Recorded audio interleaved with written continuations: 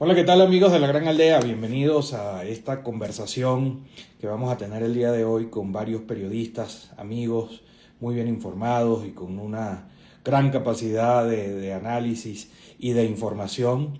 Bueno, para desmenuzar un poco lo que ha sido la jornada del día de hoy y lo que ha venido siendo pues todo este proceso que viene ocurriendo desde el pasado 3 de enero con la irrupción y extracción de Nicolás Maduro de Venezuela, bueno, y también del poder.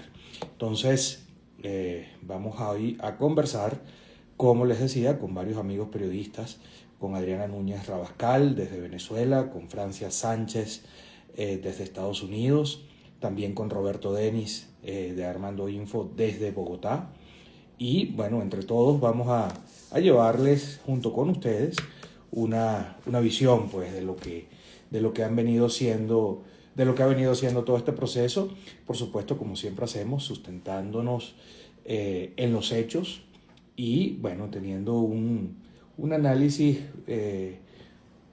yo diría que muy independiente y muy equilibrado de las cosas que han sucedido y de lo que puede estar por venir. Así que le voy a empezar a dar la bienvenida a nuestros invitados. Vamos a empezar con Fran, a ver que acepte, y también a Adriana Núñez Rabascal. Les voy a empezar a hablar un poco de cada una de ellas, que ustedes las conocen muy bien. Adriana, eh, Adriana viene haciendo un trabajo muy importante desde Venezuela, eh, estando pues en los hechos y en los puntos de información más importantes. Francia Sánchez, que ya la vemos por aquí. Hola Francia, ¿cómo estás? ¿Cómo estás, Ale? Qué placer que hagamos este live aquí para analizar y además entre varios periodistas de distintos mundos para analizar este momento histórico y todo lo que ha transcurrido desde el 3 de enero. Sí, es lo que he venido como comentándoles aquí a la gente que ya que ya se está empezando a unir. Bueno, que nosotros, bueno, trataremos de darles una visión entre todos. Evidentemente aquí nadie tiene una bola de cristal, pero Sí. bueno, creo que cada uno tiene cosas que aportar y tiene un análisis propio e independiente de lo que ha venido siendo este proceso. Y pues la idea es compartirlo con todos, escuchar, también leer los comentarios y preguntas que ustedes nos hagan por esta vía. Adriana está diciendo que la Que volvamos la a invitar. invites otra vez, sí. Vamos a, ya le pasé allí. Adrián, Y de todos nosotros, pues Adriana la más valiente y hay que reconocer su labor y su trabajo porque ella está allí en Venezuela donde es muchísimo más difícil hacer esta labor periodística. pues sí, impecable su cobertura. Impecable. eh, y el proyecto que viene haciendo que se llama Esto es Venezuela, me parece que merece mucho la pena y que es una iniciativa que todos debemos, bueno, seguir y felicitar porque, bueno, nos da una perspectiva diferente Así es. y yo creo que muy humana, muy testimonial de lo que están siendo estos días para los venezolanos.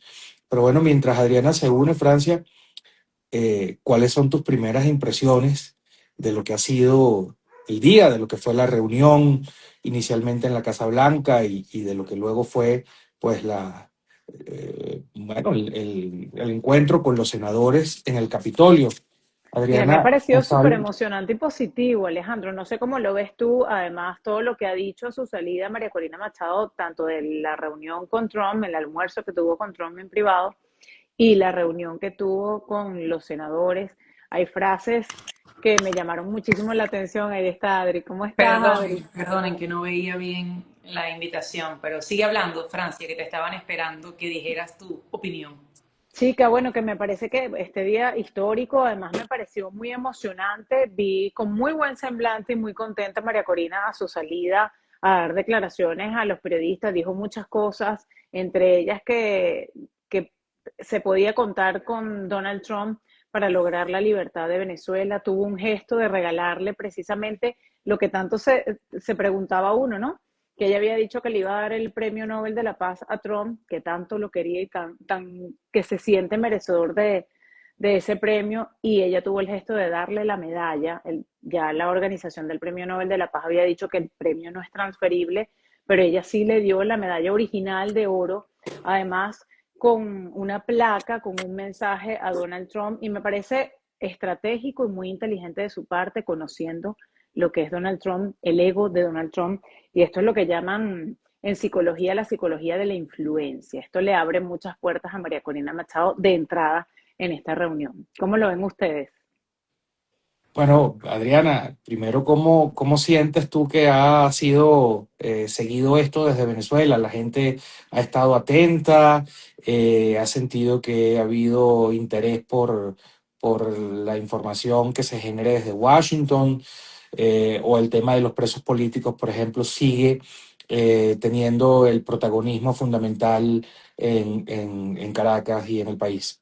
Todo, el venezolano está en todo en este momento. Decir que solo hay un foco de atención es equivocarse y también desconocer cómo hemos vivido los venezolanos estos últimos años. Si bien ha habido una suerte de solidaridad con todas las personas que han salido de presas en estos días, quienes han podido nuevamente volver a sus casas, la felicidad ha sido transferible, es decir, ver las lágrimas, ver los abrazos, ver a personas tan mayores abrazar a quienes estuvieron en prisión y tenían quizás meses sin verlos, a todos nos ha conmovido. No ha habido una capa de la sociedad que no se conmueva ante lo que hemos visto esta semana con los presos políticos, y te lo digo porque he estado en varias de las prisiones de Caracas y la gente se acerca a preguntar en qué pueden ayudar. Sienten que no están haciendo nada por esto y dicen, dime cómo ayudo. Incluso vi como en una sede de la Policía Nacional que se conoce como Zona 7 en el este de Caracas, fueron a llevarle sábanas, café, cachitos, todo lo que se te pueda ocurrir, almohadas, para que las mujeres ahí que están esperando noticias pues puedan tener la manera, entre comillas, más cómoda de pasar la tragedia que está pasando, que es no tener información sobre sus seres queridos. Pero, como te digo, hay miles de retratos a esta hora en Venezuela. Sí hay, por supuesto, quienes están siguiendo lo que pasó o sigue pasando en Washington. Están los que están demasiado preocupados por la inflación en Venezuela, por el alza del dólar, y estamos los periodistas que tenemos que tener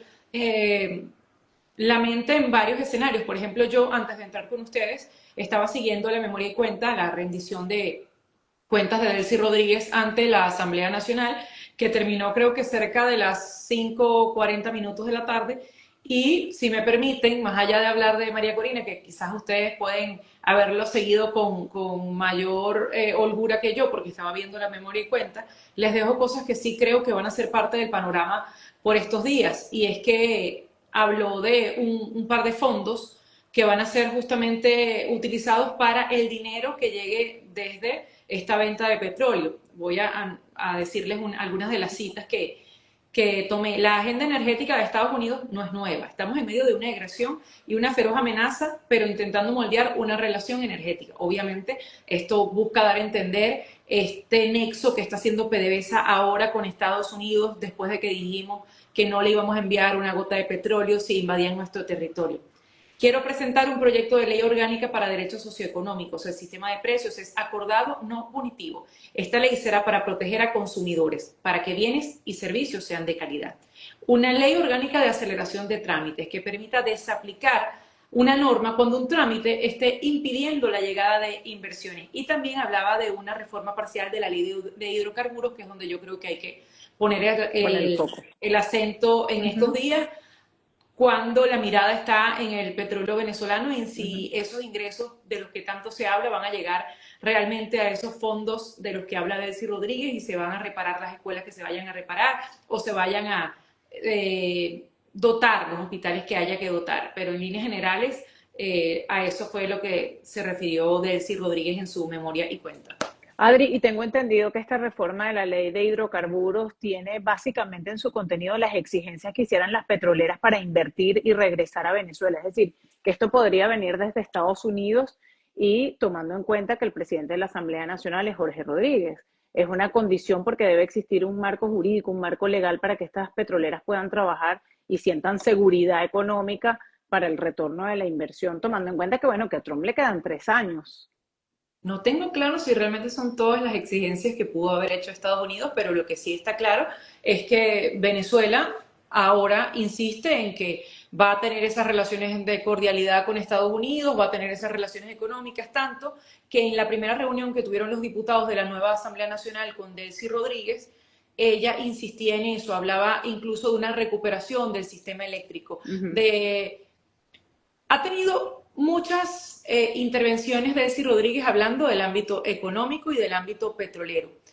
En la gente eso genera como una suerte de expectativa de si en realidad las cosas van a Claro. mejorar o no. Porque ¿qué pasa? Después del 3 de enero, cuando la gente vio la misma fotografía, a pesar de la salida de Maduro, la misma fotografía, las mismas caras, hubo como una suerte de bueno, aquí quizás nada ha cambiado, que generó ujú. incertidumbre, preguntas, dudas, no saber qué está pasando, pero con el tiempo este discurso o esta presencia también de Donald Trump diciendo que habló con ella, que es una persona extraordinaria, que le van a vender 50 millones de barriles de petróleo, ha hecho que una capa de la población quizás cambie cómo vio el proceso el día 3 de enero a, Ujú. ok, puede que esto repercuta en una mejoría económica para nosotros. Eso no lo dice todo el mundo. Yo hice esa encuesta el día domingo y le preguntaba a la gente cómo sentía, si la economía creía que se iba a reactivar con este tema de la venta de petróleo nuevamente a los Estados Unidos. Había una señora que me decía, la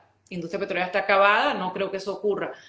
Varios decían, sí, sí, lo necesitamos, es lo más urgente es salir de este atolladero económico y hay personas que ni siquiera entienden de qué estamos hablando, así que no se puede hablar de un solo sentimiento en Venezuela. Adri, yo creo que Francia da en el clavo cuando te pregunta sobre cómo también la gente está viendo esto, ¿no? Porque es fundamental entender eso, entender cómo el venezolano está asimilando todo este proceso, porque es muy, bueno, es una cosa inédita y ha sido un tema muy, bueno, muy duro, muy grande, ¿no? Y ya que tú estás allá y puedes tener de primera mano el testimonio y la visión de tanta gente, porque además, como sabemos de tu trabajo periodístico, tú estás en la calle todo el tiempo y estás en diversos, o sea, estás en diversos sectores, o sea, tienes la visión de la gente de clase media porque vas a cosas que se hacen en la clase media, pero también vas mucho a sectores populares y que es el grueso bueno, de la población venezolana en este momento. Y bueno, sería muy enriquecedor saber qué has recogido de la gente en todos estos días con respecto a eso, a la salida de Maduro, a la quedada de Delcy. ¿Cómo sientes que la gente, de Delcy Rodríguez, cómo sientes que la gente está leyendo eso? O sea, Incluso el miedo de decirte cualquier cosa cuando los quieres entrevistar. Voy a ver si puedo abrir el libreto reciente en el que entrevistaba a varias personas con esa misma pregunta de cómo siente Caracas. No, ahorita no lo consigo, no lo tengo a mano, pero era la mayoría de las respuestas una semana atrás, y hay que decirlo, eso lo hice la semana. Me decían, es un silencio que aturde, una Ujú. tranquilidad, me decía otra señora. Otro señor me decía, mira, yo estoy confiando, yo estoy positivo. Otra persona, para mí lo que está pasando es lo que tiene que pasar, hay que tener fe, hay que tener paciencia. Pero sí, mucha gente se te acerca y te dice, yo no entiendo nada, yo no sé qué va a pasar. Y claro, las personas que quizás tengo cerca, que me escriben para que les, entre comillas, ayude a armar el rompecabezas, sí te dan eso mismo, no entiendo nada, pero ¿cómo que se llevaron a este y queda esta otra persona al frente? ¿Pero qué está pasando? Y obviamente yo no puedo quizás asomar las teorías que ustedes asoman porque vivo en Venezuela, trabajo en claro, Venezuela y soy venezolana, obviamente. pero la gente maneja algunas de esas teorías o te las preguntan, Claro. ¿pero qué pasó? Pero ¿y esto? ¿Qué significa esto? Es una sociedad que ha guardado su opinión puertas afuera. La dice en su casa, la dice en un pequeño, si estamos sentados tres, se hacen comentarios. Una amiga que quizás está viendo esta transmisión me dijo que en la peluquería las muchachas que estaban atendiéndolas hablaban a viva voz del tema y daban toda clase de teorías conspirativas o toda clase de soluciones o expectativas. Pero bueno, de todas formas es un espacio entre comillas cerrado, pero no vas a ver una manifestación, no vas a ver una bandera, no vas a ver una pancarta. Eso es muy difícil. La gente, claro que habla del tema. Lo que pasa es que se cuida. Yo le decía a mi compañero de podcast, Elías Pino Iturrieta, que no le puedes pedir a la gente que se olvide de lo que pasó el 29 de julio del año 2024. Esa represión que se llevó a 2.000 personas a la cárcel hizo que la gente tuviera la piel bastante curtida para evitar ir a la cárcel gratis. Y esto sí lo voy a poner yo, no es lo que la gente me dice. Nadie se va a arriesgar a dar una proclama aquí en la Plaza Altamira, que está más o menos cerca, si eso te va a hacer ir a la cárcel y no poder salir no sabes cuándo. ¿Por qué? Porque aquí seguimos bajo el sistema de la gente que ha tenido el sistema durante 26 años, ¿verdad? Sí. Y yo no sé si luego de el acuerdo que pueda estar en Venezuela dándose, ese acuerdo me beneficia a mí para que no me metan preso. Para mí lo que hace falta en este momento en Venezuela, y aquí me estoy tomando una licencia personal, no es lo que recojo, pero sí creo que es lo que muchos necesitamos, es que no puede hacer que lo que tú digas te haga sentir esclavo durante meses pensando, uy, dije esto, me equivoqué, puedo ir preso. Creo que esa debería ser, después de la liberación de los presos políticos, de la que tanto se ha hablado en estos días, es la tranquilidad del ciudadano de poder expresarse libremente o poder colgar un estado de WhatsApp sin temer ir a la cárcel. Ese es un aspecto que tenemos que solucionar cuanto antes. No puede ser que vivamos en este estado de, bueno, de miedo de decir cualquier cosa. Y sí puede ser, lo están viviendo, pero creo que el rol que les toca a los venezolanos es el de paciencia, prudencia y quedarse en casa, sobrevivir, porque eso es en lo que han estado los últimos años, sobrevivir y no involucrarse directamente en la política. Creo que ese es el papel que nos corresponde a los periodistas y a los venezolanos de pie que están en el exterior. Claro, es que Esa el parte les toca. asunto es que no hay una dirección política y no porque no haya una dirección política como en cualquier país. El problema es que, bueno, ¿dónde está la dirección política? En el exilio, en la clandestinidad, escondido, preso, en el helicoide, en el Rodeo 1, en Zona 7, en la Policía Nacional, en tantas prisiones. Entonces, a veces hay cosas que en Venezuela no se pueden hacer, pero realmente no es porque no le dé la gana ni al venezolano ni al político, sino que nos han dado muchos golpes, lo resumiría así, nos han dado muchos golpes que hacen que la piel esté curtida y que haya cautela en esta coyuntura. Totalmente. Además, es muy valioso lo que dice Adriana sobre el tema de, bueno, de que tienen que empezarse a abrir espacios para que la sociedad se sienta menos vulnerable, al menos que se pueda expresar. A mucha gente le llamó la atención, o por lo menos yo lo recogí, no sé, Frances, si tú allá, por ejemplo, en Estados Unidos lo viste, a mucha gente le llamó la atención, gente de afuera, por supuesto, que cuando se dio lo de Nicolás Maduro, la extracción, y que ya Donald Trump lo confirma y saca la famosa foto de Maduro esposado y todo lo demás, las calles venezolanas no se hayan desbordado. Y yo recuerdo que ese día yo llamé a Adriana, como siempre, yo llamo a Adriana cuando quiero saber una cosa de Venezuela que esté en sus justas dimensiones, yo consulto con Adriana. Y Adriana me decía, Ale, tú tienes que entender el miedo que hay aquí. Claro. Claro, había salido Diosdado Cabello minutos antes con Alexander Granco y otros oficiales. Se transmitió por Venezolana de Televisión, los medios informativos de todos lados recogieron ese recorrido que hicieron y la gente se asustó. Y Adriana me explicaba, es que esto mete miedo. Y Claro. aquí la vulnerabilidad y la indefensión es total. Entonces, yo me tomaba la explicación de Adriana para intentar, bueno, traducir eso o explicar eso a la gente que no entiende cómo es que Venezuela ese día no se desbordó como ha sucedido en otras latitudes. Pero es que, como bien dicen ustedes dos, oye, son 25 años donde ha sido muy duro todo y donde las víctimas han sido muchas Pero y yo las creo que la enseñanzas gente afuera también. sí lo tiene claro y sabe muy bien que aunque hubo una extracción de la cabeza de Nicolás Maduro, sigue el mismo sistema adentro de Venezuela, sigue el mismo régimen. Entonces, para el que está dentro de Venezuela no hay ningún cambio palpable, por lo menos instantáneamente, porque además siguen las Fuerzas Armadas bajo este régimen, siguen los civiles armados también dirigidos por la misma persona. Es decir, que no se ha ido la raíz del miedo todavía. Bueno, te lo responde alguien ahí en un comentario. Después de las barbaridades del 29 de julio, ¿quién se juega la vida sin ninguna certeza? Ese es, gracias a Guti Ribe. Eso es el resumen de lo que intento decir. Nadie va a salir a la calle si no hay garantía de que, no, bueno, yo voy, quedo preso 4 meses y me abren la puerta de la cárcel cuando cambie el sistema. ¿Quién te garantiza que el sistema cambia en Claro. 6 meses, en 4 meses, porque Donald Ujú. Trump esté guiando la transición? Nadie. Pregúntaselo a las madres de los presos políticos hoy a las afueras de cualquiera de los centros de detención, que desde el 8 de enero, hace ya una semana, hoy es jueves, hace ya una semana, esperan las puertas abiertas de cualquiera de esos centros penitenciarios y no se han abierto para cientos de ellos. No hay Adri, garantía. Y además, hay una cosa que a mí siempre me molesta cuando etiquetan al venezolano, que no lucha. Miren, hermanos, aquí se hizo todo Todo, antes del todo. 28 de julio y se hizo el 29 de julio. El 29 de julio una masa salió sin conducción política, salió espontáneamente a reclamar el resultado, sin que nadie le dijera sal. Lo Sí. vi, lo viví. Los ríos de gente que salían de Petare, que iban llegando a Altamira y decían, ¿qué hacemos? Y nadie les decía qué hacer.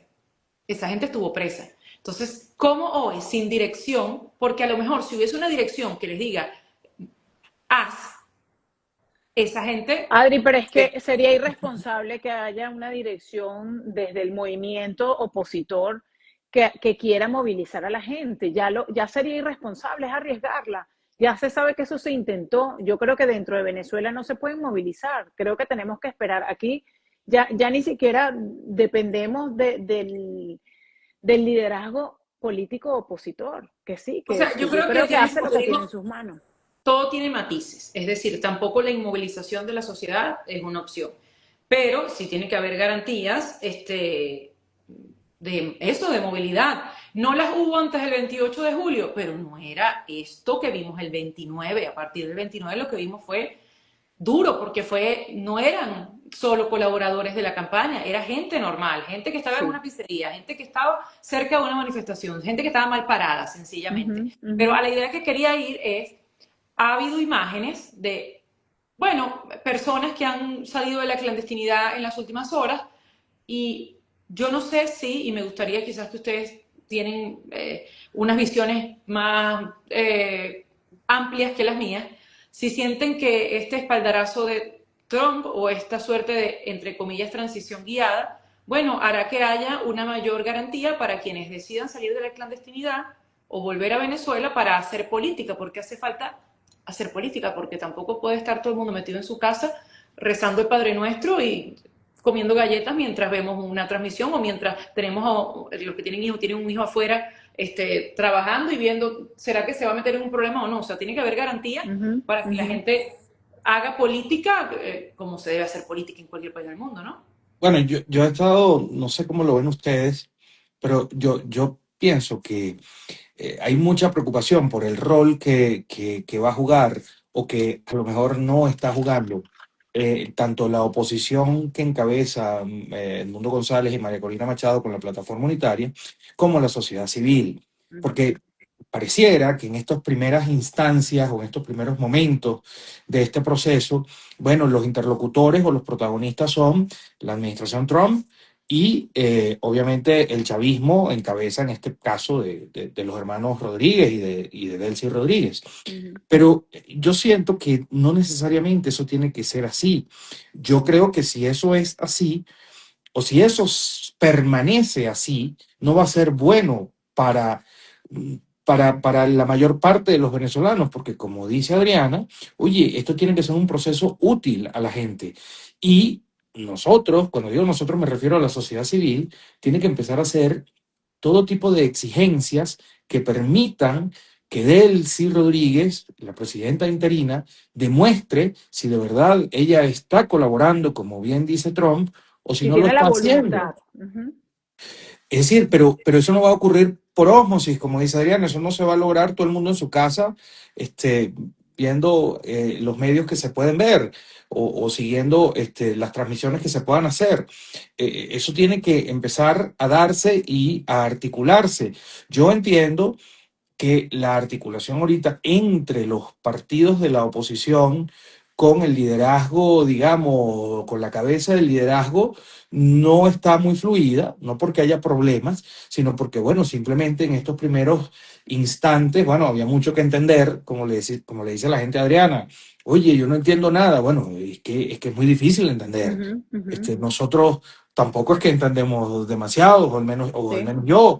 Entonces, yo sí creo, yo decía en estos días, y capaz fue una ligereza en mi parte, pero yo decía, oye, yo como periodista me siento en la obligación de decir que nosotros debemos poner sobre la mesa, por ejemplo, el desbloqueo de los medios independientes digitales en Venezuela. O Claro. sea, que eso sea una discusión y que bueno, de alguna manera agarre cierto cuerpo a ver qué pasa. Pero los partidos políticos, como dice Ariana, bueno, ellos deberían empezar a exigir, por ejemplo, su legalización otra vez. Que se Pero les yo devuelva. creo que nos estamos adelantando, Ale, porque yo sí creo que esto es paso a paso y que se tiene que ir dando por fase. Y esa primera fase de la que hablaba, porque ahorita estamos en manos, o sea, Venezuela está en manos del tutelaje de Estados Unidos. Y es así, y esa primera fase de estabilización creo que no se ha logrado todavía, aunque vemos que sí, que los hermanos Rodríguez están cumpliendo con las exigencias de Estados Unidos. Aquí no se ha desarmado a la población civil, aquí no se ha reorganizado y se ha depurado una fuerza armada. Entonces, ¿de qué manera tú, eh, eh, como políticos de oposición, puedes encaminarte si todavía esa fase no ha pasado? Y no creo que pueda ser paralela. Yo sí creo que tiene que haber cierta estabilización para que no se genere una guerra civil dentro de O sea, tú, Venezuela y tú, tú dentro Bueno, lo de una sientes guerra Colombia. civil es excluyente, imposible Frank. porque nosotros no tenemos armas. Bueno, exacto, Pero exacto. enfrentamientos, pues entiendo la idea que quiere decir. Enfrentamiento y que la gente salga a la calle a eso, que la metan presa, a ser intimidada o a ser atacada por los círculos bolivarianos que, aunque quieran hacernos ver que no existen, existen y la gente los ve en la calle. Tú sientes, Francia, que no puede, o sea, que son excluyentes, que digamos, la faceta de hacer exigencias, digamos, de apertura democrática, es posterior a esa estabilización. Yo creo que sí, porque a mí me da miedo por Adriana decir las cosas que voy a decir, pero yo creo que no es suficiente con haber sacado a Nicolás Maduro. Yo creo que quedan cabezas criminales todavía al frente y a Estados Unidos o quien sea que lo tenga que hacer tiene que depurar. Allí hay que poner orden en ese sentido, en la población armada, en esas cabezas criminales que son los que amenazan, que son las cabezas de la represión. Claro, pero Antes de eso va a eso, ocurrir, claro, pero eso va a ocurrir en la medida que tú lo vayas exigiendo como sociedad también. Como decía Adriana, o sea, la gente en su casa sola, o sea, por ósmosis no creo que se dé, porque fíjate que el además, primer paso es exigir la liberación de todos los presos políticos y eso se ha dado cuenta gotas porque no los han soltado todos. Y hay presos emblemáticos, está Perkin Rocha, está Juan Pablo Guanipa, está el yerno de Edmundo González Urrutia y hasta la fecha supuestamente estaban en una lista de excarcelados, pues hasta la fecha no sabemos nada de ellos. Es más, Mariana González ni siquiera sabe dónde está su esposo. Está desaparecido, ni siquiera está detenido en un lugar que ella sepa dónde está. Entonces, yo creo que sí, que hay que empezar por allí. Cuando veamos que realmente se han liberado todos los presos políticos, cuando podemos entender, bueno, la gente no corre el riesgo de que la metan presa, pero estaban soltando, excarcelando presos y 16 adolescentes fueron detenidos y desaparecidos. Entonces, es una medio puerta giratoria que ya estamos acostumbrados a que siempre ha sido así. ¿Cómo se envalentona el venezolano a salir de la calle a hacer algún tipo de exigencia de esa manera? Adri, ¿cómo es ese proceso cómo podrías describirnos ese proceso alrededor de los centros penitenciarios donde hay presos políticos? La gente, tú decías, la gente se fue para allá desde que se anunció que podían venir estas liberaciones. ¿Y cómo es eso? ¿La gente duerme allí? ¿Cómo es la dinámica en esos lugares, sobre todo de parte del familiar? Pues que yo creo que eso, oye, conmueve mucho. Crueldad extrema. Desde la que la gente escuchó a Jorge Rodríguez fue una cosa inmediata que todos pensaron que iba a salir mi hermano, mi papá, mi tío, mi abuelo, mi hijo, Uh a -huh. pesar de ser causas completamente distintas una de la otra y sabemos que para el chavismo hay puntos de honor. No los voy a decir yo porque tú sabes que cada palabra que yo digo acá la cuido. No, no, no. Hay puntos de honor. Pero todas esas mujeres, la mayoría mujeres, siempre digo mujeres porque la verdad lo que más hay son madres hermanas. Bueno, se fueron a los distintos centros penitenciarios a ver qué les decían. Pero hay mujeres que han ido. El fuerte militar Guaycaipuro queda en Charallave. Eso es a 1 hora y media de Caracas. Esa gente no tiene cómo pagar un autobús. Esa gente hace milagros para venir a Caracas a reclamar. Entonces van a las comisarías y no les dicen si están ahí. Número 2, no hay una lista de quiénes van a salir. Número 3, la gente se viene de Barinas, Acarigua, Maturín, cualquier otra ciudad lejana, a ver qué pasa, a ver qué pasa. Y durante estos días nos hemos dado cuenta que hay gente que puede ser considerada presa política o preso político, pero no está en una lista. ¿Por qué? Escuchamos un caso de 2 primos que fueron detenidos el mismo día. La mamá dice así: vaciado de teléfono, se llama el delito, vaciado de teléfono. Entonces, en el vaciado de teléfono, estos muchachos fueron detenidos con diferentes, o sea, 1 hora después del otro, pero están juntos. ¿Dónde están? Nadie sabe. La madre y la esposa de este muchacho están en una comisaría en la Policía Nacional porque sospechan que está ahí, porque alguien les dijo que los mandaron para allá, pero ellas llegan al director, a lo que sea que esté en la Policía Nacional y no le responde si el hijo y el sobrino están ahí. Entonces, ¿qué pasa? Bueno, son horas de desesperación, son horas también de solidaridad. Yo digo que el país, lo más hermoso que tiene este país es la solidaridad de la gente. Es increíble cómo esas personas que no se conocen, que se conocieron hace 2 días, son las mejores amigas, pero no las mejores amigas para ir a tomar vino ni café, para unirse en la lucha por la liberación o el obtener información. Pero hay gente que está empobrecida, clamando ayuda, nadie les dice nada. Es demasiado cruel lo que hemos visto en estos días frente a los centros penitenciarios. Sobre todo porque el no tener información es más duro aún que saber que tu hijo está preso. Porque si tú sabes que está preso en el rodeo, está preso en el rodeo. Entonces no solo es tener que dormir ahí, dormir sobre una piedra, me decía una frente al rodeo. Es no saber dónde está, es a lo mejor acampando en un sitio donde tu hijo no está, es no saber siquiera si tu hijo va a salir, es no saber qué pasó con tu hijo, y eso se veía el domingo cuando se reportó la muerte del policía del Estado portuguesa. Bueno, quien tiene un preso en Zona 7, que es una comisaría de la Policía Nacional, se desespera porque no sabe, entonces empiezan todo tipo de teorías a circular por mensajes de texto y es inevitable que una madre pueda sentir tranquilidad cuando no sabe. Entonces me preguntabas por el proceso. Nosotros no hemos visto a una persona salir, no la hemos visto. ¿Por qué? Porque lo que hacen es, la dejan en una esquina y le dicen al familiar, búscalo en la avenida Rómulo Gallegos, búscalo en tal lado. Sí, para nada transparente el proceso de excarcelación. Y cuando son, digamos, cuando salen, bueno, varios, 10, 15, también hacen eso, los dejan no hay un lugar, no es que les abren la puerta para que se vayan, sino simplemente los ponen en un carro y los sueltan en... Exacto. No tengo información específica de cada una, pero por ejemplo, si ves Enrique Márquez y Diallo Pilieri, los dejaron en los Palos Grandes. Si viven ahí, yo no lo sé, pero los dejaron en los Palos Grandes. Roland Carreño y el periodista Luis López los dejaron por Guatire. No, a su casa como creo unos que secuestradores, están llevando, Harry, eso sí estoy seguro. Así actúan los secuestradores cuando transas con los familiares y los deja botados y para que se encuentren en un sitio lejano de donde viven. O sea, pareciera que no estuviésemos hablando de organismos, de instituciones del Estado. Por eso es que yo digo, es demasiado difícil que la gente pierda el miedo y empiece a hacer exigencias de cualquier tipo de libertad en condiciones así. Y bueno, también pasa en el helicoide que cuando salen las camionetas negras, que son blindadas y tienen el vidrio negro, la gente sale corriendo porque piensa, ahí va alguien, se asomó. Y la verdad no se ve nada, pero ¿cómo le pides a una señora que tiene 7 días afuera de un centro de reclusión que no se emocione y no piense que ese es su detenido, que ese es su preso, que ese es su familiar? Claro.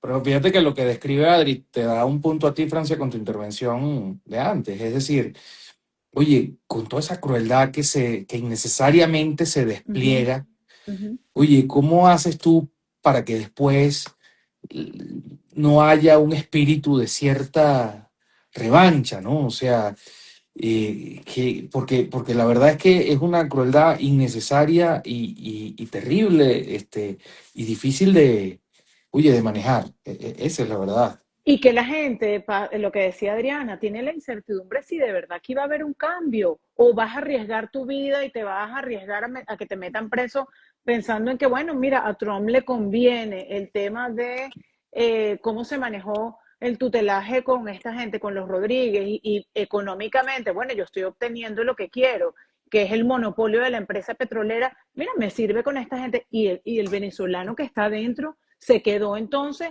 con quienes tenemos 27 años manejando eh, todo el tema de la represión y que son criminales y solamente salió uno de la ecuación. Muy difícil, muy difícil. Que además ya venimos con el trauma en la psiqui de que ese 11 de abril tuvimos ese 13 y la gente puede estar diciendo, Bueno, me lo pueden regresar o están allí, allí siguen. 2002, el referendo que no fue, digo el de Mm, 2016, el Guaidó que tampoco pudo ser, la elección que no pudo ser, son demasiados golpes, No, no, y la demasiado. represión del 2017, por ejemplo, que fue terrible. Ujú, Este, ujú. Hay sí, tantos capítulos que hacen que la gente tenga la piel curtida. Por eso es no, que yo creo que no es una labor, un trabajo, un rol del venezolano adentro. El venezolano adentro pues tiene que esperar. Sí, yo creo que las directrices del liderazgo, cuando el liderazgo lo puede hacer. A mí, yo ahí sí digo, María Corina ha sido súper prudente en este momento, ha estado bajo perfil, eh, le da el protagonismo a quien lo tiene, que es Donald Trump, y a quien ha metido la mano aquí, y no por la libertad de los venezolanos, porque tiene un propósito específico, sí, el petróleo, también pues es un tema geopolítico, es la seguridad de Estados Unidos, que es lo que le interesa realmente a Donald Trump y nos beneficia. Salimos salpicados, ojalá ese beneficio se traduzca en que sí vamos a obtener una democracia y sí vamos a pasar por una transición, pero una transición con esa gente ahí no va. no, tiene que haber, como tú decías, un desmontaje, o sea, tiene que haber Sí. una cosa progresiva, donde, donde la gente empieza a sentir más confianza, eh, y que, bueno, por ejemplo, gente como Adriana, también gente que hace sondeos de opinión, focus group y tal, empiece a recoger que la gente está, digamos, yo no diría envalentonándose, porque eso es muy difícil después de los traumas que ustedes Ujú. mencionan, pero que la gente sí va sintiendo que se está caminando hacia una ruta, digamos, de apertura, ¿no? Sí. Y por eso yo creo que es tan importante el trabajo que está haciendo Adriana con herramientas como Venezueling, el podcast que ella creó con Nicole Colster, porque, bueno, te retrata de la manera más fidedigna y más testimonial y más cercana posible lo que la gente está pensando de los principales Ujú. temas.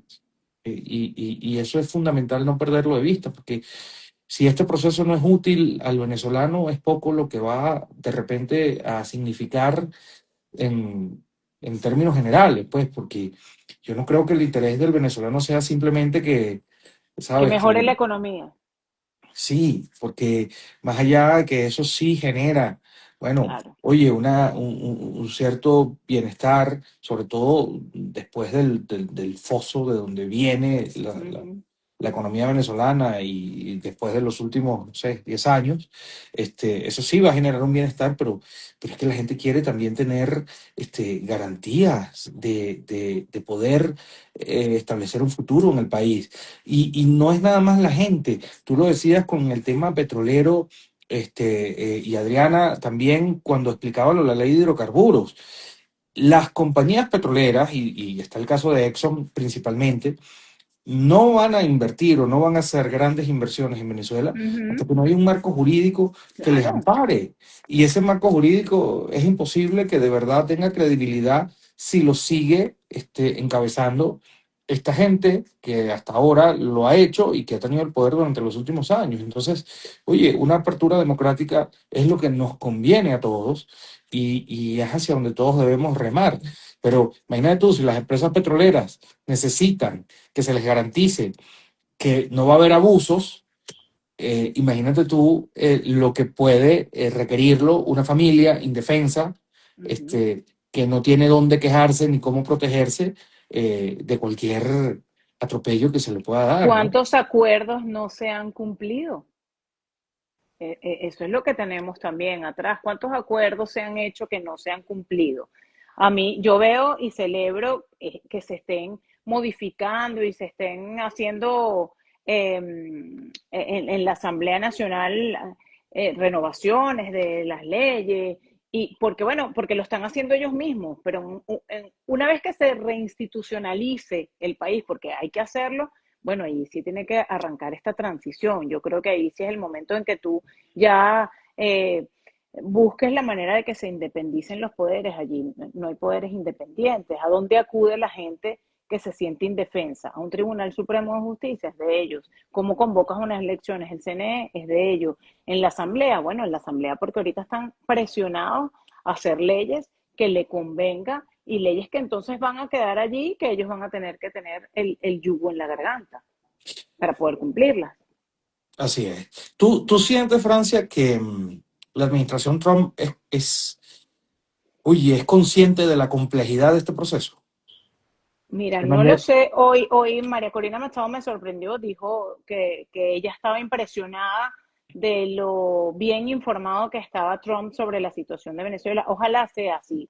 Y del interés que tenía en los venezolanos. Ojalá sea así, porque ciertamente a Trump es muy difícil descifrarlo y nos confunde en momentos. A lo mejor esto es estratégico también. Pero como, bueno, como es alguien que lo que busca es el interés de su país, de la economía, pues asusta mucho que este tutelaje le esté beneficiando tanto que decida dejarlos allí. era nada más y nada menos quién llegó. Bienvenido Roberto Denis de Armando Info, probablemente, bueno, de los periodistas más destacados que tenemos hoy, cubriendo y haciendo cosas, bueno, de investigación en el país. ¿Cómo estás, Roberto? Buenas tardes. Hola Alejandro, ¿cómo estás? Adriana, Francia, ¿qué más? ¿Cómo están? Roberto, ¿cómo estás? Qué placer. Aquí nos tenemos que quedar callados todos. Muy bien, gracias. No, yo llego ya como para escucharlos el cierre ya. No, para nada. Vamos a preguntarte muchas cosas porque yo siento que pudiéramos empezar sabiendo o preguntándote por la repercusión que tuvo tu último trabajo del pasado domingo. Para los que puedan estar, no puedan estar al tanto o no estén al tanto, Roberto publicó una importante investigación en armando.info donde, bueno, Roberto, tú me corregirás, pero bueno, donde se reflejaba cómo Delcy Rodríguez había dado un importante contrato de materia petrolera a un amigo o persona cercana a Rafael Correa, siendo Delcy Rodríguez o siendo el chavismo, pues, asesorado por dos personas del gabinete de Correa en materia económica. Entonces, bueno, ahí empezaron todas las cosas a tener sentido, porque, bueno, uno de los primeros que saltó a defender y a condenar lo sucedido con Maduro y a hablar maravillas de la nueva presidenta interina fue Rafael Correa. Entonces, bueno, con el reportaje de Roberto creo que nos quedó claro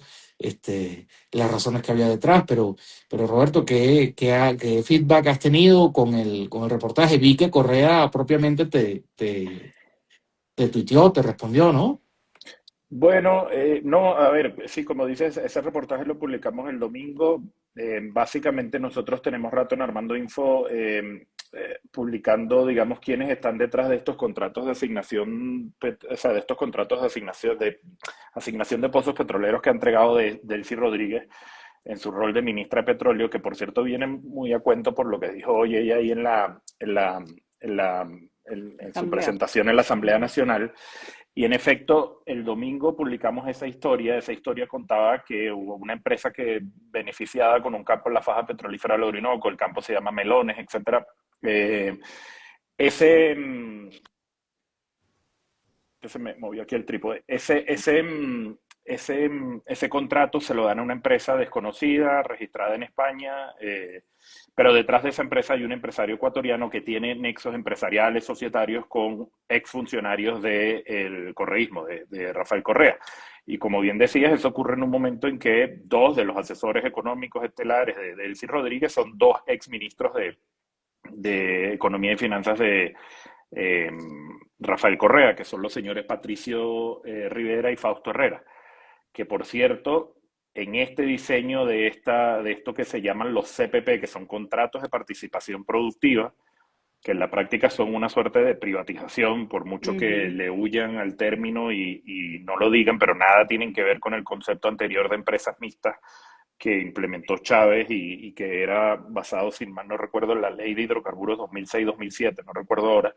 Eh, eh, bueno, estos dos asesores económicos de Delcy Rodríguez tienen que ver en el diseño de estos CPP, de estos contratos, de esta idea de contratos de participación productiva, que básicamente lo que buscan es eh, entregar pozos, entregar campos petroleros en la faja del Orinoco y en otras partes, pero muchos en la faja, a cambio de que supuestamente vengan esos beneficiarios, inviertan mucho dinero para poner a producir los campos y a partir de ahí saquen ventaja después comercializando el petróleo.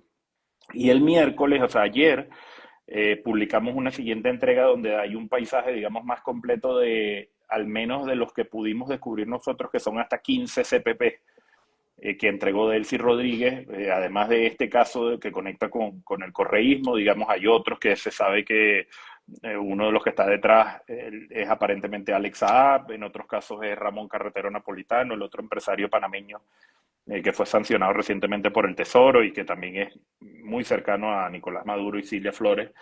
Y digo que vienen a cuento porque vi que una de las cosas que propuso hoy o que pidió Delcy Rodríguez en la Asamblea Nacional es que se discuta una suerte de nueva ley de hidrocarburos y que incluyan esta figura de los CPP. Mm. Bueno, sabemos que la Asamblea Nacional tiene el control absoluto, pero digamos, si hubiera, digamos, una discusión, ese esquema con esos contratos es contrario a otras leyes y casi que contrario hasta la propia Constitución. Esto Delcy Rodríguez lo ideó desde que ella llegó al Ministerio de Petróleo en 2024 y lo ideó a la sombra de la ley antibloqueo, esa ley antibloqueo que como saben que al final lo que le permite es, digamos, una suerte de secretismo al régimen para hacer cualquier cosa. O sea, ese es el marco en el que ella diseñó esto. Y básicamente la idea de esto es que no se sepa quién está detrás de esos contratos y de esas asignaciones. Ahora, si Que esto va a además entiendo cambiar, que las ganancias son que antes tendrían que ser 49, era lo máximo, el 49% de las ganancias ahorita son hasta del 70-80% sí, que... bueno, por eso les mencionaba la anterior figura, que fue la que se implementó durante muchos años, que fue la de las llamadas empresas mixtas. Ahí en el mejor de los casos, el socio privado podía tener 49% en el mejor de los casos. Ujú. Y el 51% restante siempre era para PDVSA. Dicho de otra forma, en esas empresas mixtas siempre la mayoría la tenía PDVSA. Pero en estos CPP, una de las cosas que yo he visto, y por eso, digamos, son atractivos, digamos, para los inversionistas, es que, bueno, varios son otorgados a un plazo de 25 años Mm. y en los primeros 7, 8 años, el socio privado, dependiendo de si cumple el plan de inversión o no, puede llevarse hasta el 70 y 80% del crudo que sale, de petróleo que sale del campo, lo pueden comercializar ellos directamente. O sea que sí es atractivo para los privados, Claro. evidentemente. Que O por sea, cierto, Roberto, Roberto, ajá. entre lo que decía Delcy Rodríguez, decía algo así como que íbamos a repetir la fórmula Chevron de los últimos meses. ¿Es eso a lo que te refieres o no tiene una cosa nada que ver con la otra? No, no es exactamente igual porque la fórmula Chevron todavía está medio en el esquema como de empresa mixta, pero además Chevron con el asunto de las licencias que han puesto, que han quitado, entonces eso ha tenido unas restricciones a la operación. Pero no, ella no sé por qué habla del modelo Chevron, porque el modelo que ella impulsó es ese de los CPP y vi que también dijo eso.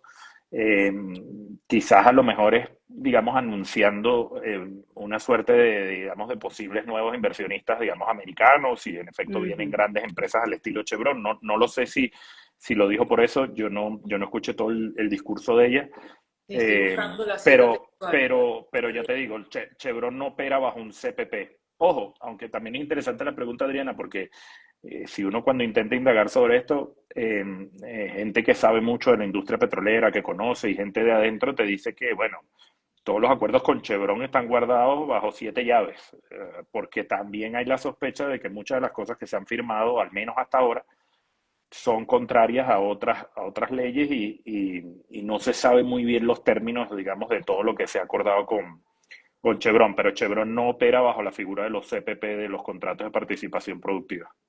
Pero Roberto, por lo que estás describiendo, aquí lo que va a seguir, digamos, de primera mano es la opacidad. Y eso al final, oye, riñe con lo que pareciera están exigiendo empresas como ExxonMobil, que es, bueno, un marco legal, este, medianamente, bueno, prudente, medianamente, que establezca medianas garantías, ¿no? Pero si esto va a seguir así, significa que esas grandes empresas no van a tener digamos, ese marco que necesitan para hacer grandes inversiones.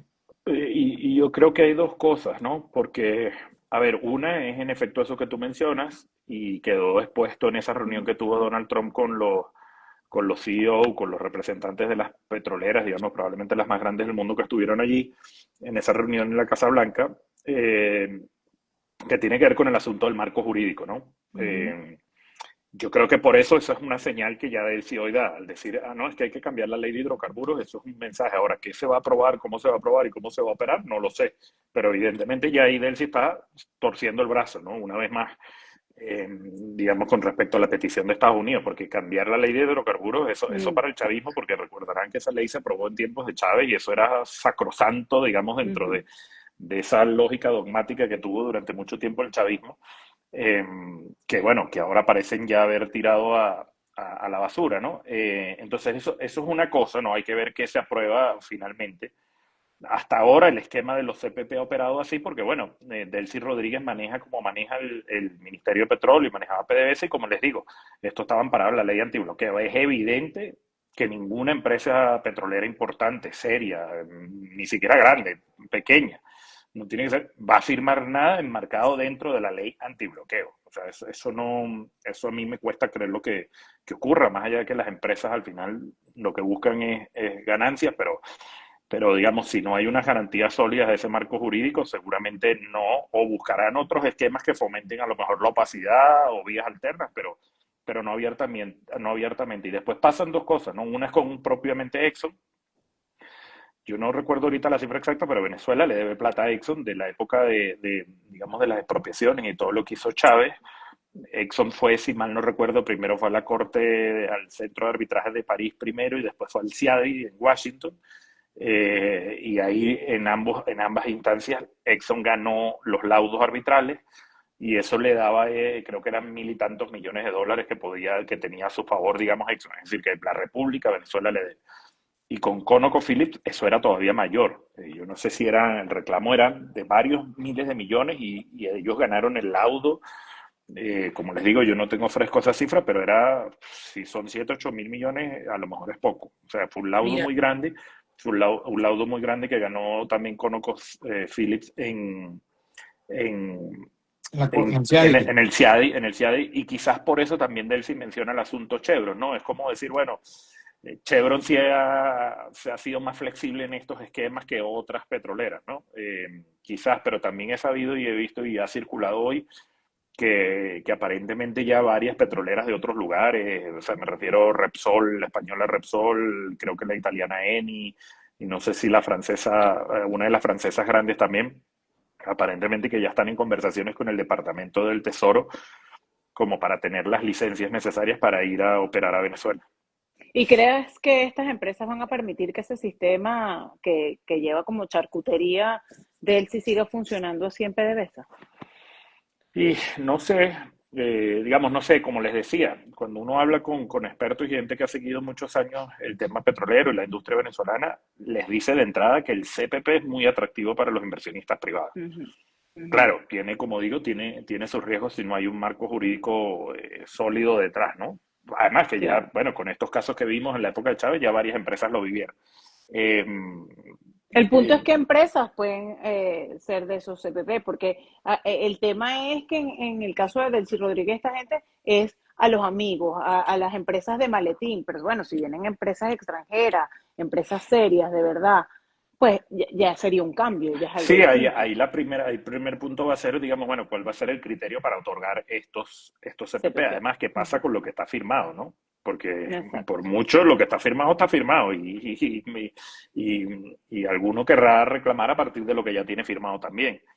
Sí, pero evidentemente, digamos, yo creo que el esquema de los CPP puede ser atractivo para las empresas petroleras siempre y cuando haya garantías jurídicas de otra naturaleza, garantías de seguridad, de operación, pero como les digo, el esquema del CPP, además, es que en la práctica, por eso, digamos, a veces es irónico, da algo de risa no ver toda la vuelta retórica que dan para explicarlo, pero como les digo, eso en la práctica, en dos platos, es casi que una suerte de privatización de la tan temida y tan satanizada privatización del Ujú. tema del petróleo venezolano.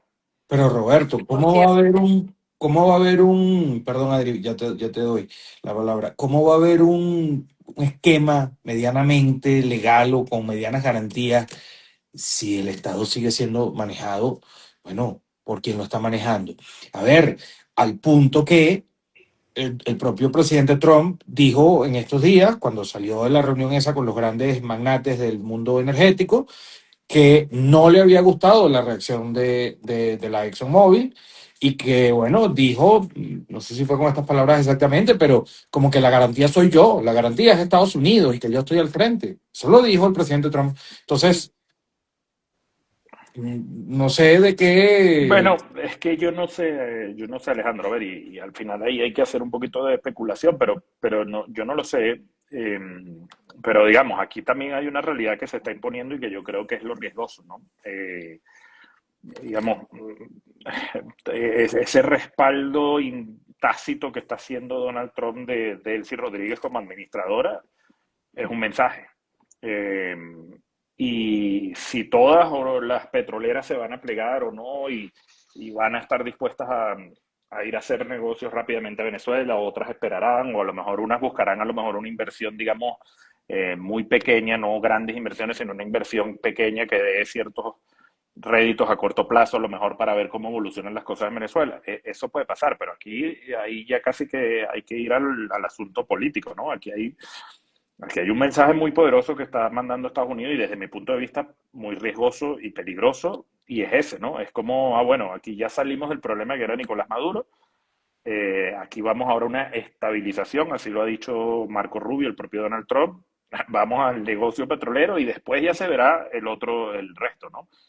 Ayer veíamos la llamada, cuando las reseñas que hubo de la llamada, de lo que dijo Trump de la llamada con Delcy Rodríguez, y bueno, Pero eso yo, puede ser estratégico hasta que ellos terminen de tomar el control, porque yo creo que la idea de Estados Unidos es tomar el control completo de PDVSA y quién maneja ese monopolio y quién tiene el conocimiento y tiene todo metido allí es Delcy Rodríguez y a lo mejor ella pues es el títere para el mientras tanto, para Donald Trump. eso puede ser, pero aquí todo el mundo juega y todo el mundo tiene una agenda. Eh, yo no sé si Sería ese, desestimar al chavismo y a sus 26 años en el poder, discúlpenme. sí, sí, y es evidente que la agenda de Elcy Rodríguez cuál va a ser, y pensaría uno, ¿no? Bueno, tratar de tranquilizar justamente a Trump con el tema petrolero, dar concesiones, dar Ujú, mensajes, bueno, mire, vamos a modificar la ley de hidrocarburos para que ujú. vengan inversiones, dar la sensación de que están haciendo, digamos, todo desde el punto de vista económico, o al menos en materia petrolera, que es donde más ha hablado hasta ahora Trump. Ujú. Y básicamente es Y ganar tiempo, ganar tiempo ujú. para que el régimen sobreviva sin Maduro. O sea, eso Sobreviva está, hasta que se vaya Trump. eso pareciera que es la apuesta de Delcy. Por eso yo decía que es Ujú. un mensaje muy peligroso, porque bueno, yo hasta ahora, salvo que hoy haya ocurrido y yo no lo haya visto, pero yo hasta ahora, digamos, a mí me resulta alarmante que, bueno, no haya de parte de Estados Unidos una exigencia y una contraprestación, digamos, desde el punto de vista democrático a Delcy Rodríguez. Es decirle, mire, aquí usted va a administrar esto por este tiempo, bajo estas condiciones, y sí, a lo mejor usted hasta se puede ser candidata presidencial, pero bueno, hay que convocar unas elecciones, no sé, en 12 meses, en 8 meses, 6 meses, yo no lo sé, pero hasta ahora la exigencia, de hecho, la información que hay, y si ven hoy todos los medios, los grandes medios económicos, Bloomberg, bueno, la misma agencia Reuters, que está muy bien informada siempre del tema petrolero venezolano, ustedes se dan cuenta que hay cosas que están avanzando rapidísimo.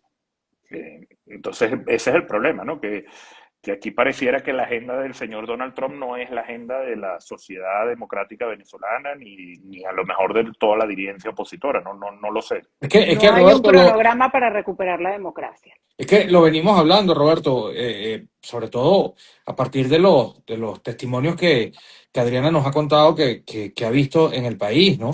Y yo creo que, no sé, Francia aplicaba Francia aplicaba llegó Llegó alguien ese por ahí. Sí, Ah, no, por ahí está salvado sonando, por la tranquilo. campana. No, tranquilo, tranquilo.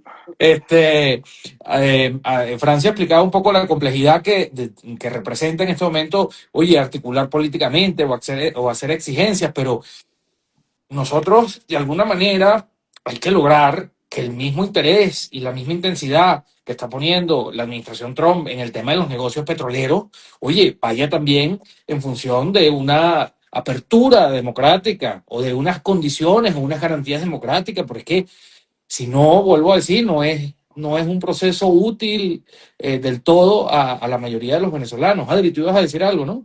No, le iba a leer a Roberto justamente lo de lo que había dicho del sí, de esos esquemas CPP, déjame ver si no lo cerré, que decía justamente cuánto se había ganado por ese esquema con Chevron. Gracias al modelo de contrato de participación productiva, en el año 2025 se logró una inversión de cerca de 900 millones de dólares al sector de hidrocarburos, produciendo 1.200.000 barriles. Lo que pasa es que esa cifra de 1.200.000 no es la misma que tiene la Organización de Países Exportadores de Petróleo, es la que le entrega PDVSA a ellos, pero por fuente secundaria entiendo que todavía no estamos llegando a esa cifra.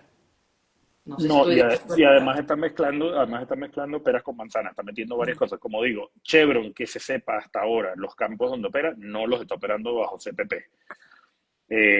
Bajo CPP están operando otras empresas, por ejemplo, una empresa tiene tres campos, que es Navep, que es esta empresa que nosotros también publicamos en Armando Info hace un tiempo, que está conformada por Harry Sargent, este magnate petrolero Ujú. americano, por cierto, amigo Amigo de de Donald Trump. Trump, Ujú. con Alejandro Betancourt. Está esta empresa, por ejemplo, que publicamos el domingo, que se llama Territorio Trading Group, que conecta con este empresario ecuatoriano con vínculos con el correísmo. Está una empresa llamada China Concord Petroleum, que es una empresa registrada en Hong Kong, que ya está sancionada, estuvo sancionada desde el año 2019 por participar en comercialización, creo que de crudo iraní, y estaba sancionada, y lo que se sabe en la industria petrolera es que quien está detrás de eso es Alex Saab en la operación de eso.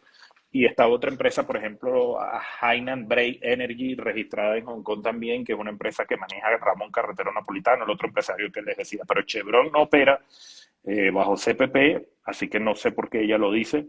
En la producción de 1.200.000 incluye la producción de Chevron. Si su dato, digamos, es el real, el cierto, incluye producción de Chevron y producción de todos estos campos que están bajo la figura de CPP. Y si habla de 900 millones de inversión, bueno, básicamente ese es el objetivo, ¿no? Igual eso no es una inversión grande, digamos, en materia de la industria petrolera y para lo que necesita Venezuela. Bueno, imagínense que en la reunión esa de Donald Trump con los CEOs se habló de 100.000 millones de dólares. Ujú. Eh, y eso lo que revela es esto, y conecta con lo que decía antes Francia, ¿no? Que muchas de estas empresas no tienen ni experiencia en el sector energético, en materia petrolera, ni mucho menos el capital para trabajar. Entonces, no todas han invertido. Por ejemplo, Navep, esta que maneja Sargent, es una de las que sí, digamos, en la industria dicen que ha invertido, digamos, cierto capital para tratar de elevar la producción. Aunque desde finales de diciembre, a raíz de todo el asunto que estaba pasando en el Caribe con los tanqueros, esto del control de los buques tanqueros por parte de Estados Unidos, la orden que dio PDVSA fue bajar la producción petrolera, porque estaba rebasándose ya la capacidad de los inventarios. Al el crudo no poder salir a comercializarse, se estaba generando un sobreinventario.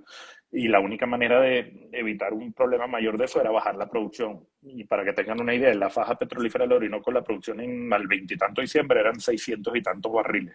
Y hace una semana eran como 200.000 barriles menos. Roberto, y ya que los mencionas, ¿qué has sabido qué ha sido de la cotidianidad de las fichas económicas de Nicolás Maduro, como son Alex Saab, Carretero Napolitano y Jorge Carlos Malpica Jiménez, Flores, por ejemplo? ¿Quién, Francia, perdón? Jorge Jiménez. Bueno, Jorge Jiménez entiendo que está más asociado a la presidenta interina, pero digamos, lo pregunto porque, bueno, como no es muy claro, Adrián hablaba de las teorías que hay por allí, como no es muy claro todavía, este, qué fue lo que pasó con Maduro, eh, una señal pudiera ser ver en qué va a devenir su entorno económico. Y evidentemente sabemos que nadie mejor que tú para saber eso. No, a ver, hay muchas especulaciones. Yo, digamos, cosas concretas que sí les puedo decir y que son, digamos, sabidas por distintas fuentes y, bueno, distintos periodistas también. Digamos, la relación de Delcy Rodríguez con Alex Saab no, nunca fue buena. Ujú, Eh, de hecho, al final ustedes tienen que pensar que en esta lógica del régimen donde hay varias cabezas, digamos, poderosas, varios grupos de poder, cada uno de esos grupos de poder tiene a su vez sus grupos de poder económico, ¿no? ujú, Sus grupos de influencia y sus grupos de reparto de negocios, ¿no? Y Delcy Rodríguez nunca ha sido, digamos, nunca ha visto con buenos ojos ese entorno de Alex Saab, Álvaro Pulido. De hecho, la versión que hay, ustedes sabrán que el socio de Alex Saab, Álvaro Pulido, está preso en Venezuela desde que estalló el asunto de PDVSA Cripto. Y una de las versiones que hay desde que él cae preso es que Delcy Rodríguez fue la que, digamos, quería, digamos, salir, quitarse del medio a Álvaro Pulido, porque no le gustaban los manejos de ellos, etcétera, y porque me imagino que es la puja por meter a gente de su, eh, bueno, de sus grupos de acción y de interés, ¿no? Alex Saab sigue sancionado por el Departamento del Tesoro, o sea, lo que quiere decir que eh, bueno, sigue teniendo, digamos, ahí una sombra que le impide a lo mejor moverse con cierta tranquilidad. Hay la versión, y esto lo he visto en prensa incluso americana y muchos periodistas me lo han consultado, que no se descarta que aparezca un nuevo indictment contra Alex Saab, porque es una ficha, digamos, un objetivo que se sigue estudiando en los Estados Unidos, investigando, más aún ahora con Maduro preso, porque buena parte de las finanzas de Maduro y Cilia Flores pasaron o pasan por las manos de Alex Saab. Y el otro es el que tú mencionabas, el Ramón Carretero Napolitano, que es el empresario panameño, eh, también muy ligado a la familia Maduro Flores. Él fue sancionado más recientemente, hace unas semanas, creo que finales de noviembre, comienzos de diciembre, y, Sí, bueno, y después de no por engrandecer, pero después de tu reportaje. no, es que eso no más que con el reportaje, eso coincide con toda esta presión que estábamos viendo en el tema petrolero, ¿no? O sea, la versión que había, y si uno como periodista le llega, me imagino que, bueno, en Estados Unidos también la tienen, ¿no?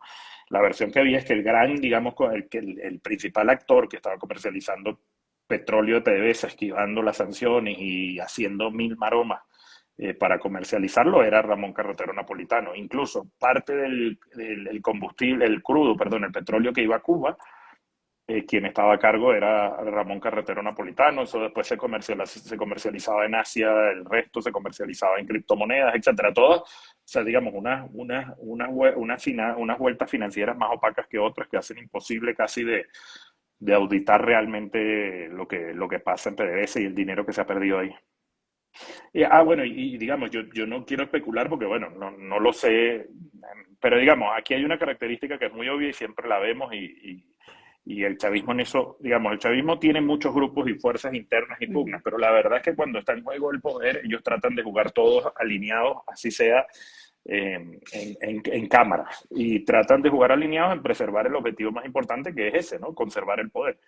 Sobre Entonces todo yo en no, este momento que se sienten tan vulnerables que saben que son blancos cualquiera de que le ocurra lo que le ocurrió a Nicolás sí, Maduro. y es evidente que todo esto que está encabezando Delcy Rodríguez debe haber generado muchas corrientes internas, disgustos, molestias, etcétera, pero digamos, les toca jugar a todos en el mismo, digamos, seguir en el mismo barco, porque si hay una fractura y una división entre ellos, ahí sí probablemente sea el colapso de todos ellos en el poder, ¿no? Entonces, yo no sé si vamos a ver algo inmediato, digamos, de Delcy Rodríguez con respecto a Alex Saab. Digamos, él sigue siendo ministro de Industria, si lo van a remover o no, yo no lo sé. Pero me imagino que esto se va a decantar. Esto no, O sea, quizás ahorita es muy pronto Y como tú pero dices, ella va a colocar a su gente en el tren ministerial. sí, sí, de hecho ya ha habido, bueno, ya en el Banco Central colocó, digamos, a gente de ella, evidentemente. Bueno, PDVSA hoy en día tiene el directorio, ella lo controla en buena medida desde la presidencia, que es donde está este señor Héctor Obregón. Entonces, bueno, yo me imagino que esto se irá decantando a medida que ella se sienta que está, digamos, sólida o que está estable en el poder, de que ha ido disipando y frenando, digamos, todas esas fuerzas internas que pueden estar ahí, y a medida que siga teniendo el padrinazgo del señor Donald Trump. Entiendo, Roberto, que Félix Plasencia andaba por Londres. Eh, Sí, él tenía un cargo en la, no recuerdo, en la organización, a lo mejor cometo un error aquí, pero es Organización Marítima Internacional, creo que es el nombre, un cargo, una suerte de cargo diplomático, pero bueno, Diplomático. pero él es una persona de mucha confianza por eso lo de Elsie menciono, claro. Rodríguez, de Delcy, de Jorge Rodríguez, de los dos, de los Rodríguez.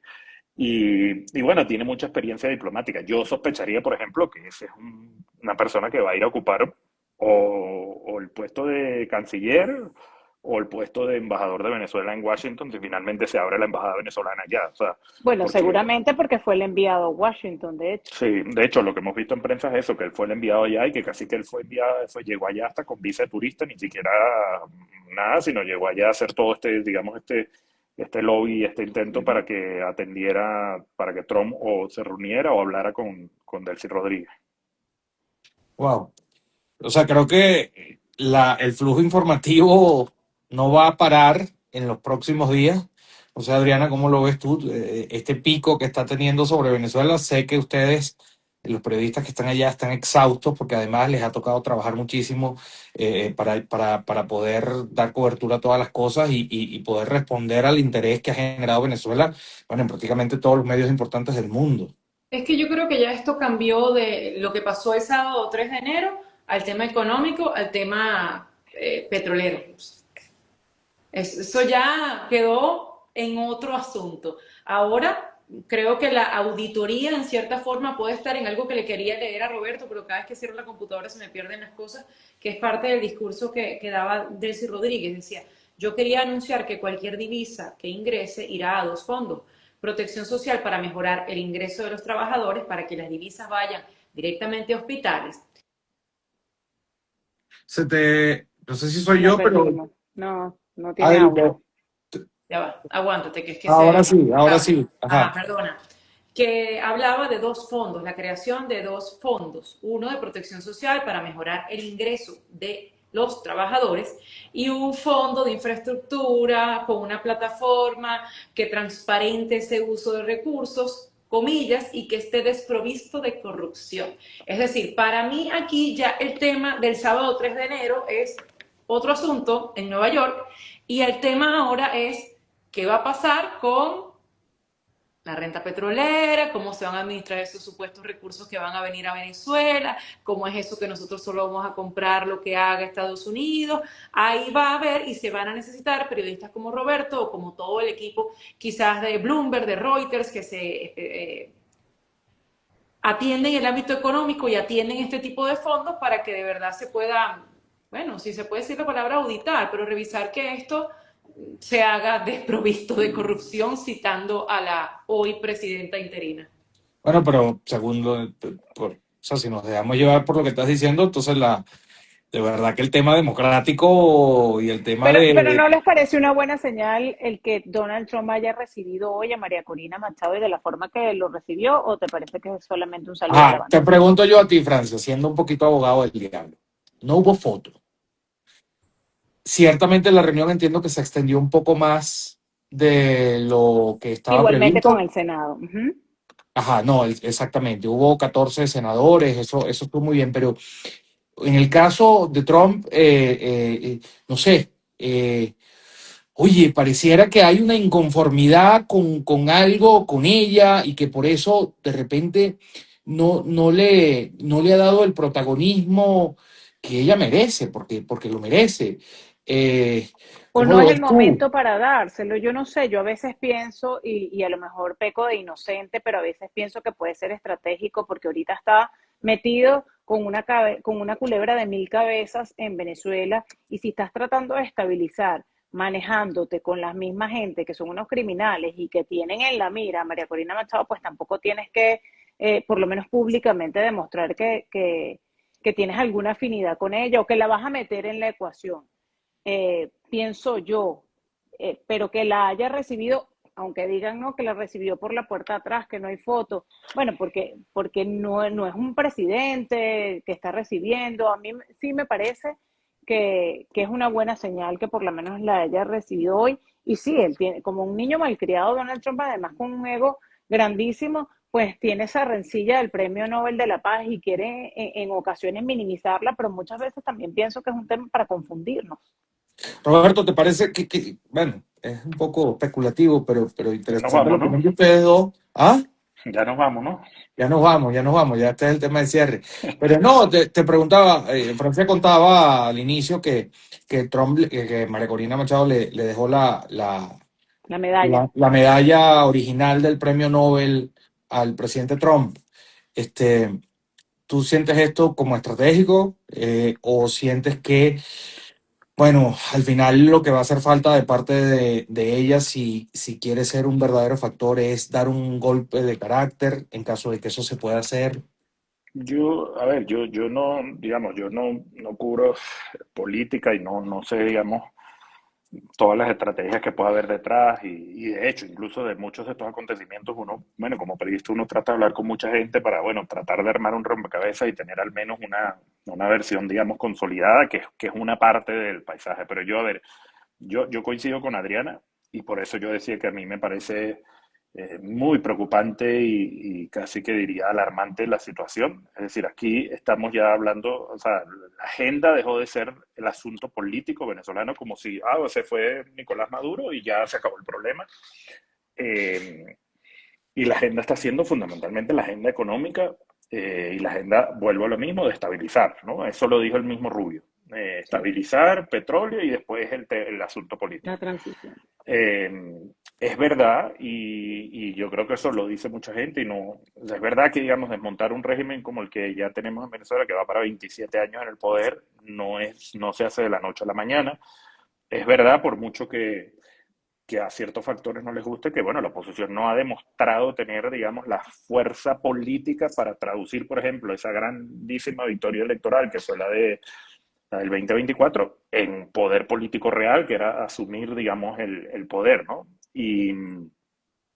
Y esto, bueno, o sea, digamos, es un factor que está ahí y es real, pero, como digo, o sea, ¿por qué no hay nada, digamos, de parte de Estados Unidos de exigencias desde ese punto de vista? Sí, se habló de la liberación de los presos políticos, en efecto se han estado liberando, pero se ha hablado de muy pocas cosas. Y entonces que el presidente de los Estados Unidos, que es el que dice que está al mando de esto, está todo el día hablando desde el asunto petróleo en Venezuela, del asunto económico, que si viene Exxon, que si no viene Exxon, eso, queramos o no, eso va a tener un efecto y va a desplazar lo que yo creo que es lo realmente importante, que es exacto, es una transición política.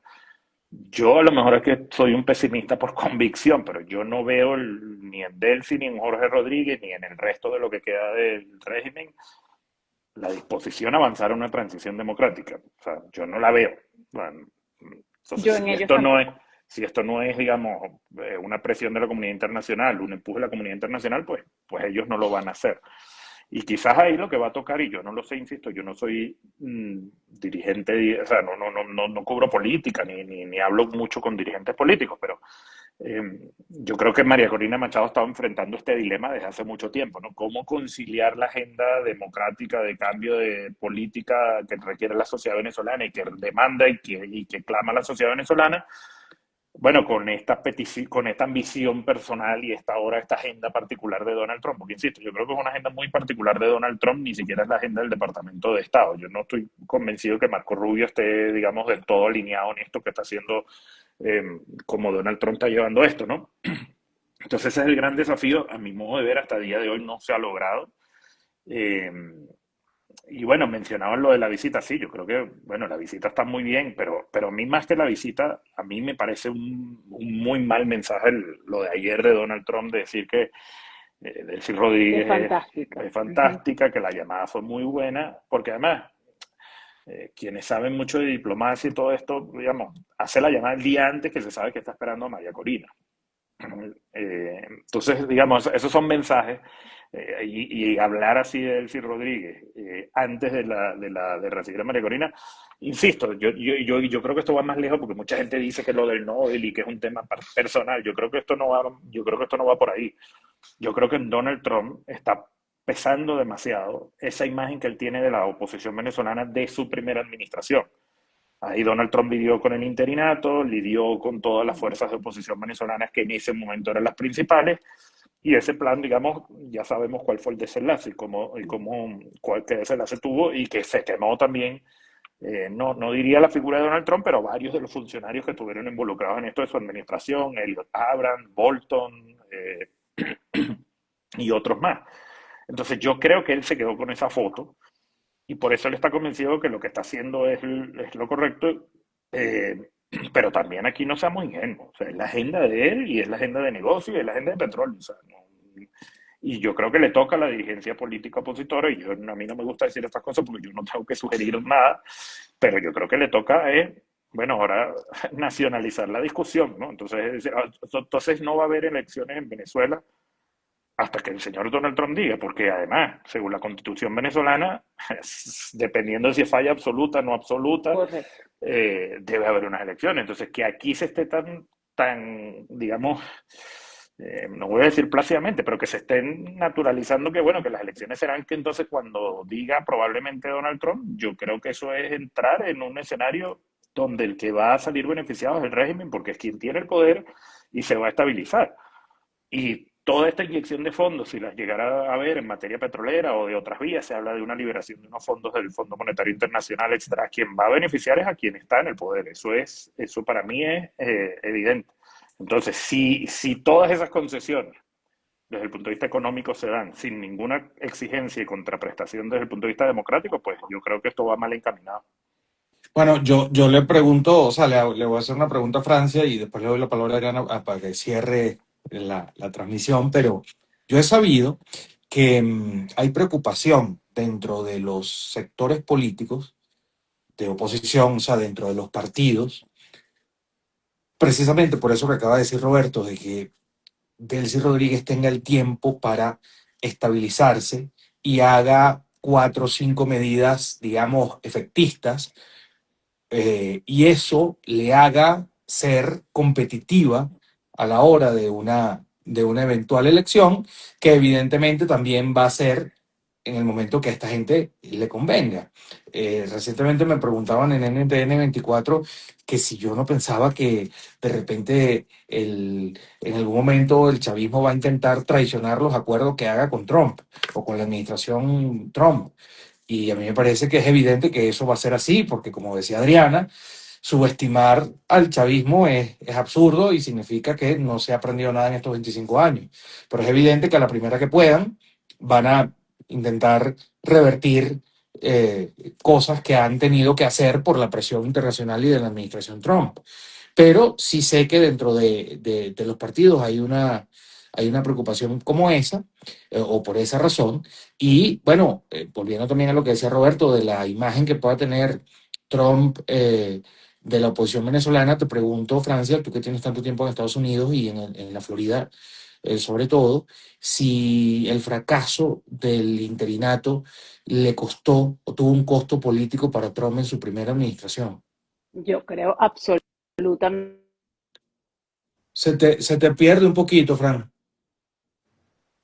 con esa fotografía, pero creo que la Se te oposición ha perdió un perdido poquito. Si quieres puedes retomar porque se te perdió un poquito lo que dijiste. una llamada. Ahora sí. Sí, sí, sí. Creo que sí, Trump se quedó con esa fotografía y nos costó mucho el interinato, realmente. La estamos pagando ahora, pero creo Pero a que él le representó un costo político, el sí fracaso lo del creo. interinato. Sí lo creo, porque fue el reconocimiento de Juan Guaidó como presidente legítimo de Venezuela y que se diera cuenta que no tenían el control político ni de la Fuerza Armada ni el control dentro de Venezuela, es lo que siente Trump en este momento, que el movimiento opositor no tiene el control dentro del país. Eso creo que influyó, pero yo creo que, que María Corina es mucho más inteligente y más paciente y más sigilosa, y creo que ha actuado como una estratega y se ha sabido mover bien. Hoy el tema económico, que es lo que le interesa a Trump, delante de estos senadores, fue como el tema principal de la reunión, y creo que por ahí es donde lo puede endulzar, porque es que además no creo que Trump sea tan inocente y no saber quiénes son realmente los hermanos Rodríguez y en todo lo que están involucrados. El mismo Diosdado Cabello tiene precio por su captura, Padrino López, ahí hay que depurar realmente cómo se van a ir unas elecciones con los poderes tomados como están tomados, con un CNE como el que tenemos. Estamos entonces metidos en un laberinto. Adri, queremos cerrar contigo. Dinos qué crees que viene, digamos. Tú sabes en que yo los- no hago predicciones y que yo me No, no, guío pero, porque vivo en Venezuela. Soy no, claro. venezolana y trabajo en Venezuela. Mi cierre es, yo tengo estrés postraumático con el chavismo. El chavismo siempre triunfa en momentos de crisis. No tengo nada más que agregar. Y la persona que está en este momento guiando la transición no es ninguna perita en dulce. Ojalá, sí, de verdad, se esté encaminando a una transición hacia la democracia, pero el chavismo nos ha demostrado con creces que se organizan las crisis y que no hay que subestimarlo. Jamás. Bueno, muchas gracias a los tres.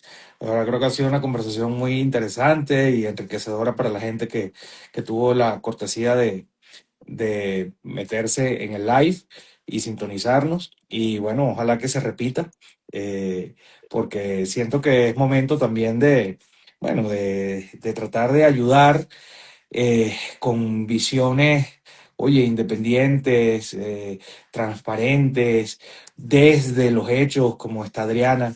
Y bueno, ustedes son unos grandes periodistas y orgullo los tres del gremio y creo bueno, es un privilegio poder hablar con ustedes y les agradezco mucho que se hayan conectado estos minutos aquí con nosotros hoy. Gracias a ustedes, gracias Ale. Un placer. Gracias, Compartir con gracias. Gracias. ustedes Chao. y Gracias espero a que la todos. transición los traiga pronto, aunque sea para que se den un paseo por la avenida Francisco de Miranda. Me Amén. encantaría. Pronto. Chao. Hasta luego. Gracias.